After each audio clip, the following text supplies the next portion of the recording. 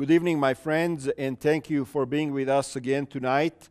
Welcome to Inner Peace Ministries. We are coming to you from the Arvada Seventh-day Adventist Church, where I also pastor. And for those of you who are in the Denver area, I would like to invite you to visit our church. Sometimes we have worship services on Saturday morning, and if you would like to find out more about us, just call the number on the screen, and we will give you that information. Also tonight, we are continuing to give out this wonderful book, End Time Hope, A Journey in Eternity by Pastor Mark Finley. And this is a wonderful little book that I think you should have in your library. And if you would like to have it, please call the number on the screen, and we will send it to you absolutely free of charge. And if you already have it, you can ask for another one that you could give to somebody, a loved one. We also want to talk to you when you call us, talk to you about your needs. If you have a prayer need, we would be happy to pray with you, and we would be happy to spend a little bit of time listening to your needs so that we can share in going to God together and just asking Him to answer your prayers. And as I have said many times before, I need to mention this again tonight. I want you to call that number on the screen without any fear that somebody is going to try to solicit you or to ask you for donations or money. We just don't do that. We are not about it. We are about helping you having a relationship with Jesus. I also want to say one other thing. This church and this ministry does not promise that we are going to completely change and improve your life and that all of these great things are going to happen just if you listen to these messages or if you call the number on the screen. But I do also want to tell you that we are here to be with you. We are not miracle workers, but we are here to stand side by side with you and share in your life, share in your problems. And if there is something that we can do, then we will. We will pray with you, and we will send you the materials. We will even contact a local pastor wherever you may live all over the United States and have somebody visit with you one-on-one if that's what you need. So feel free to call the number on the screen and get in touch with us that way. Tonight, I would like to talk to you about a topic that is, I believe, important. And this is the topic of small changes in our lives. I believe if we are willing to make small changes in our life, that we can also have big rewards. And sometimes, let me just give you an example. Sometimes all a person needs to do is quit drinking, for example, soda, and they notice that they are losing weight. So this is an example of somebody who is making a small change and reaping a big reward in their life. And I believe that in our spiritual life, we also can make changes that are going to bring in great rewards into our life. When I was a young man, 16 years old, I came to the United States. I was 16, and I enrolled in a high school here in a junior year. And I want to tell you, I just didn't want to study. I did not want to study. That was the last thing that I wanted to do with my day. So I dropped out of school.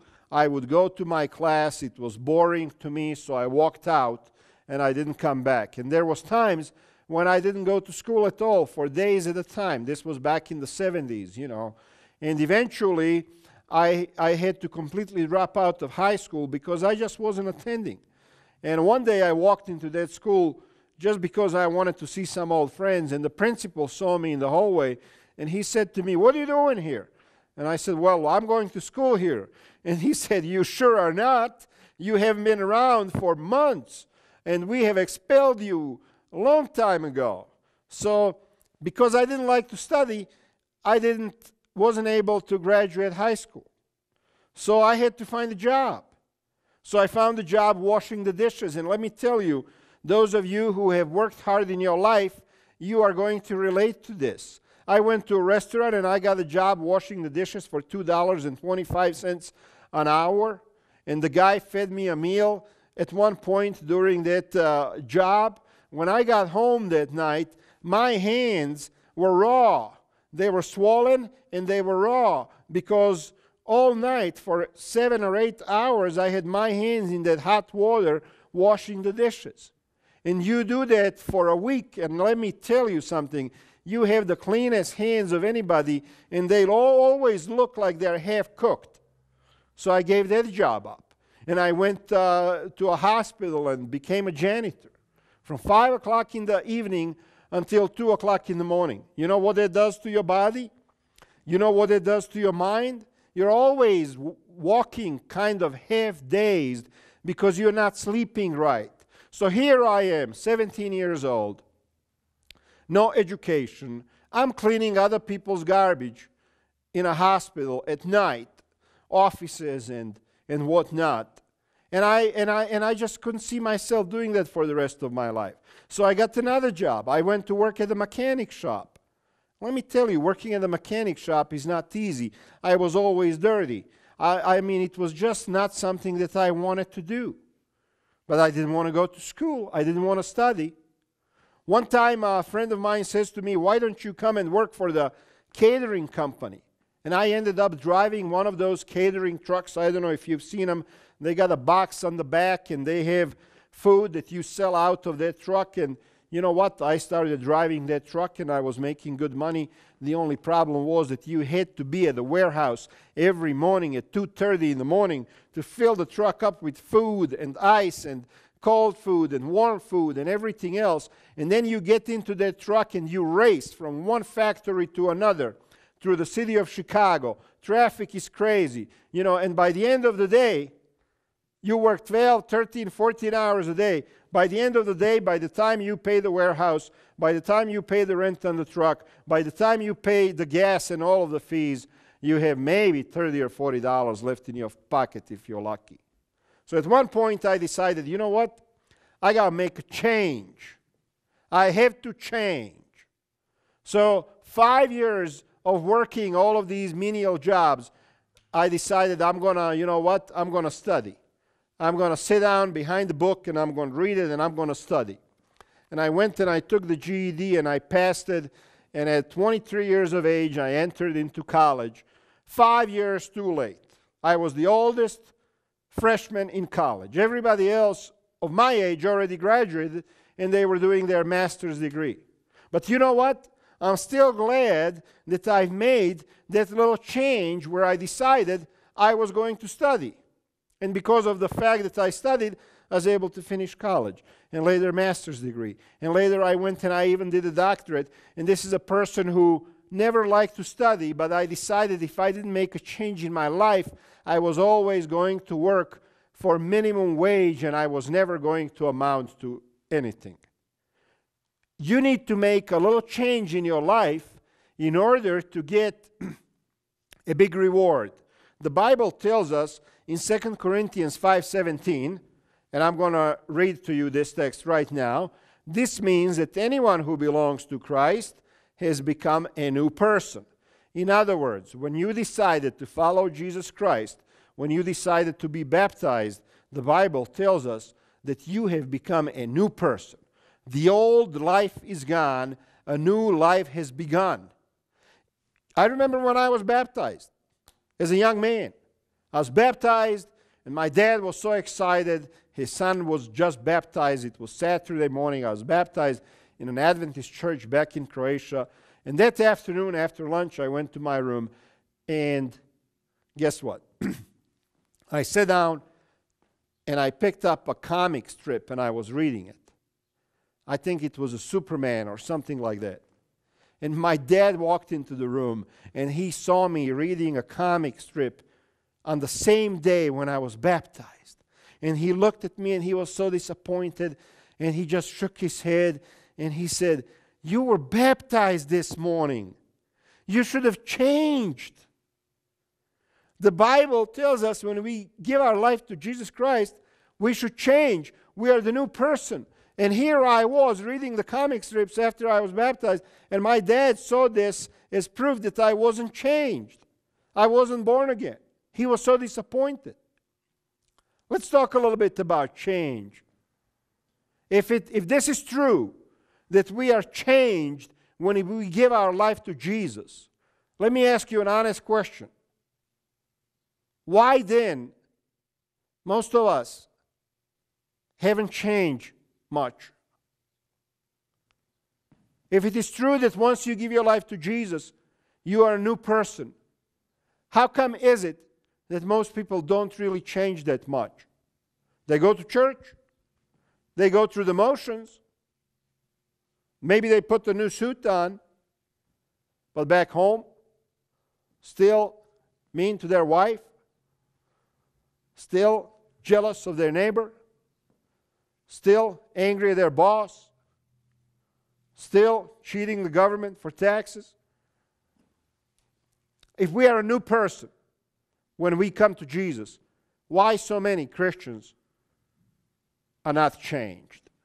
There was a tragic situation in Israel at the time of prophet Jeremiah, and God got so angry at Israelites that he said the following in Jeremiah chapter 13, verses 22 through 27. This is what God says to them. You may ask yourself, why is all this happening to me? Does that sound familiar? And then God answers that question and he says, it is because of your many sins. That is why you have been stripped and raped by invading armies. And then I want you to listen to this verse. Can an Ethiopian change the color of his skin? God says. And then he says, can a leopard take away its spots? And then, neither can you start doing good, for you have always done evil. This is an awesome, fearful, tragic text. God says to them, you are so used to doing bad things, you can't change anymore.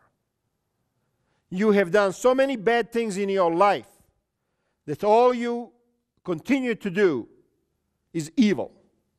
And then he says, I am going to scatter you. I am going to scatter you like chaff that is blown away by the desert wind. And this is your allotment, the portion I have assigned to you, says the Lord, for you have forgotten me, putting your trust in false gods.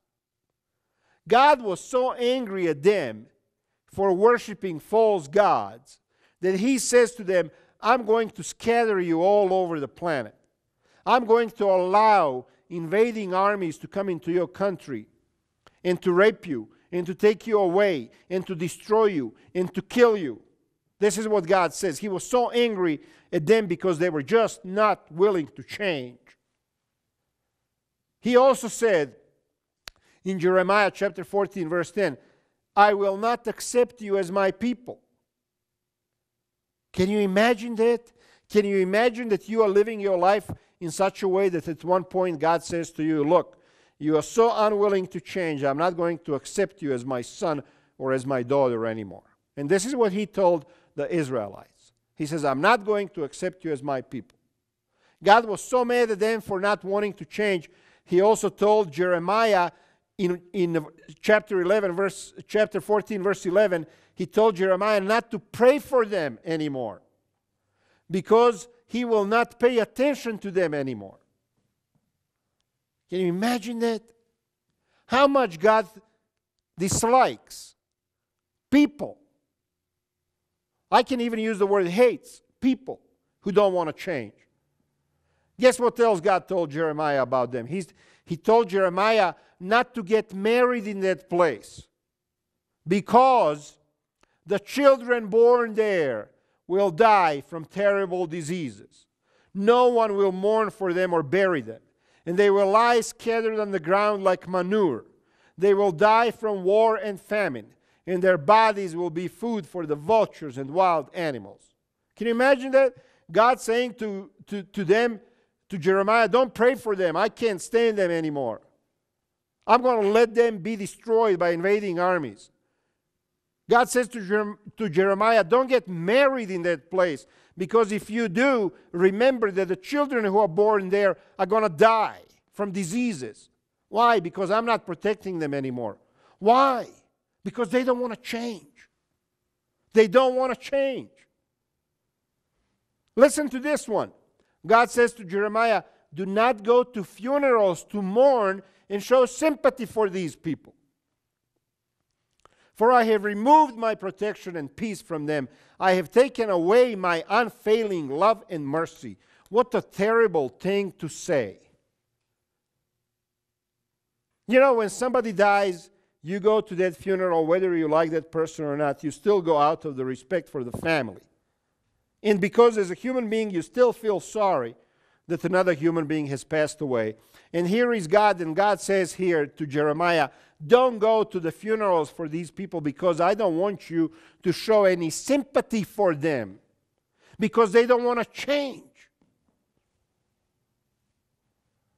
And God says, I have removed my mercy and unfailing love from them. We always say God is our loving Father, and we use that term unfailing mercy and unfailing love, and we assume that that means that God is never going to withdraw that from us. And here is God telling Jeremiah, I have withdrawn, I have pulled away my protection from them and my unfailing love and mercy. This is what God is capable of doing to human beings when they are not willing to change. God also says, do not go to their feasts and their parties. Do not eat and drink with them at all. In your own lifetime, before your very eyes, I will put an end to the happy singing and laughter in this land. The joyful voices of bridegrooms and brides will no longer be heard. When you read this chapter, when you read this account, you can come away with only one conclusion. God absolutely hates those people who are not willing to change. You know what? Maybe it's not politically correct for me to say that. Maybe it's not politically correct for me to say God hates, because most Christians are used to something else. They want to hear that God loves people no matter what, and God is going to just bend over for you no matter what. No. God hates people who are not willing to change. And He showed it in the land of Israel because He was willing to completely allow them to be destroyed, because they did something that went against His will. Let me ask you today, as you're listening to this sermon, I don't know how to describe this message. Maybe it's one of those wake-up messages. You're listening to it, and I want you, and I'm preaching this for a purpose, because I want you to think about things in your life that need change. And you may say to me, Pastor Gordon, I can't change. And I'm telling you, yes, you can. With God's help, anybody can change. 2 Corinthians 7, verse 8 to 9, and now we're going to talk a little bit about how and when and why we change.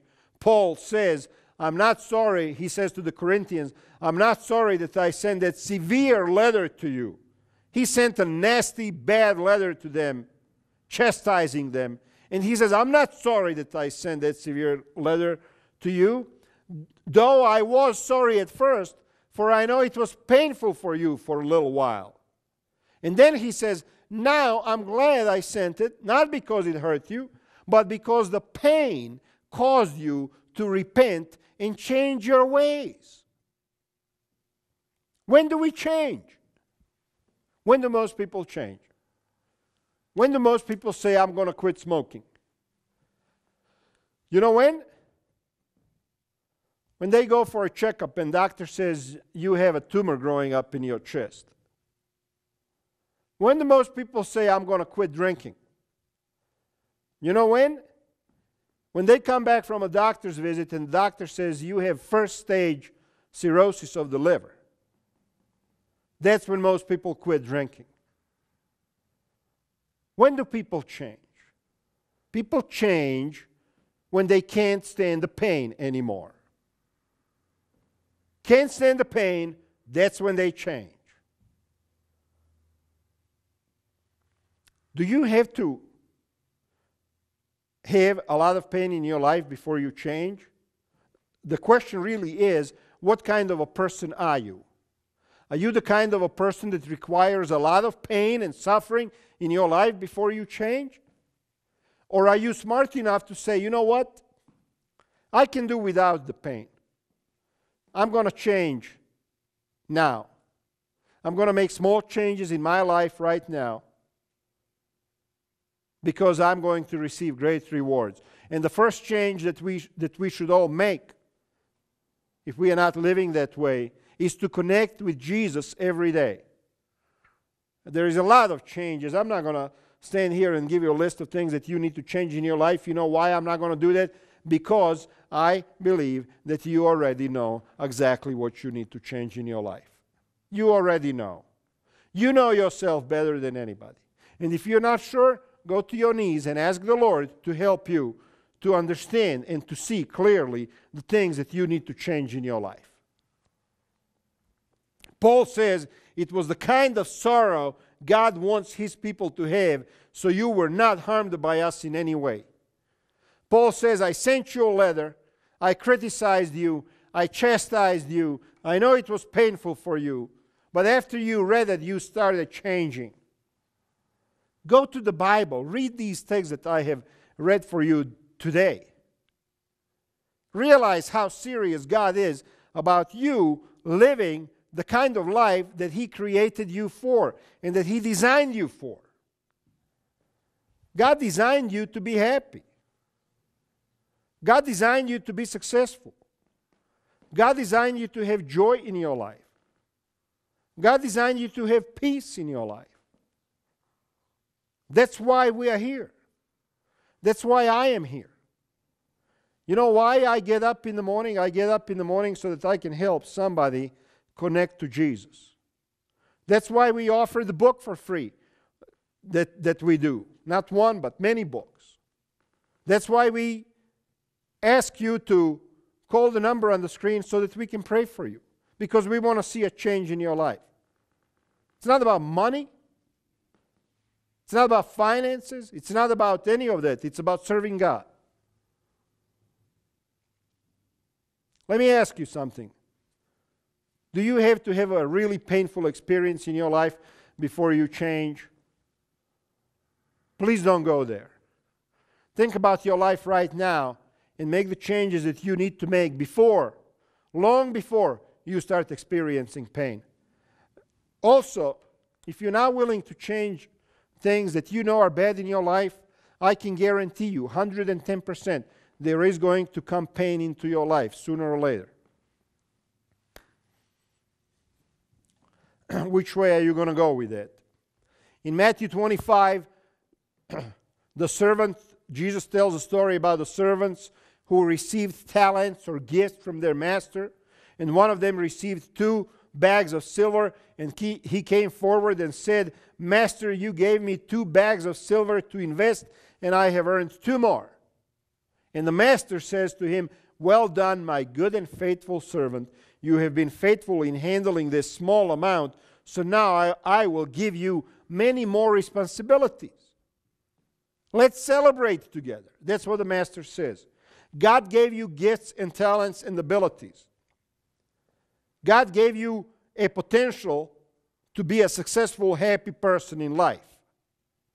All you got to do is make a little change in your life. This man, he invested the things that God gave him, and he received a reward. You know what?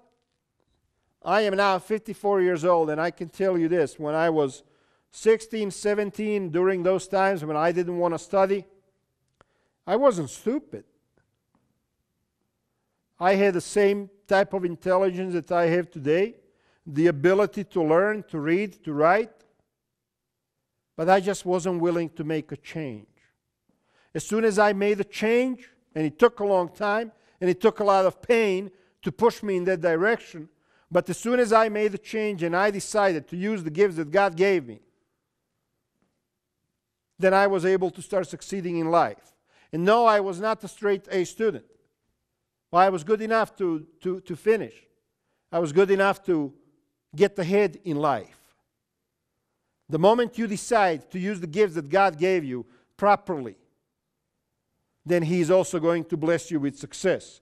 God cares about the small things that you do in your life. And He especially cares about the small things that you do for Him in your life.